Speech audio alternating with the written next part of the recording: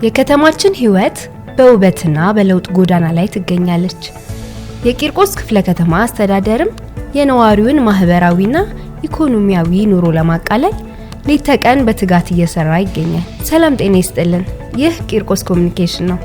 በዛሬው መሰናዶ የቂርቆስ ክፍለ ከተማ አስተዳደር ሸማቾች ህብረት ስራ ማህበራት የ2018 የመጀመሪያ ግማሽ ዓመት የግብይት ሁኔታ ምን እንደሚመስል እንቃኛለን። አብራችሁን ቆዩ። በተለይም በ2018 የመጀመሪያ ግማሽ ዓመት አስተዳደሩ የሸማቾች ህብረት ስራ ማህበራትን አቅም በማጠናከር ለህዝቡ ትልቅ የገበያ አማራጭ መፍጠር ችሏል።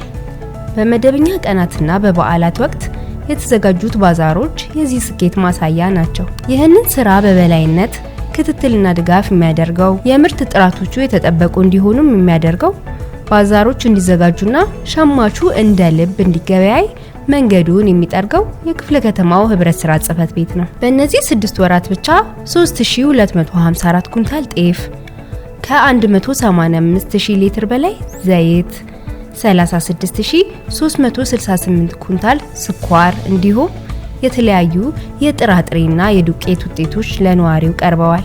ከእንቁላል እስከ የወተት ውጤቶች፣ ከጽዳት መጠበቂያዎች እስከ እሴት የተጨመረባቸው እንደ ዳቦና እንጀራ ያሉ ምርቶችም በትኩረት ተሰራጭተዋል። ይህ ሁሉ ድካም አንድ ትልቅ ዓላማ አለው።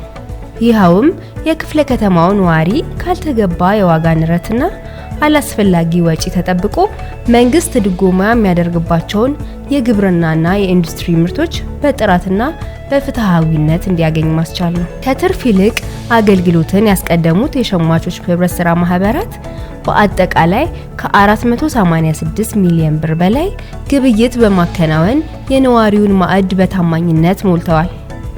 የቂርቆስ ክፍለ ከተማ አስተዳደርም ለነዋሪው ምቾትና ተጠቃሚነት በትጋት ይሰራል።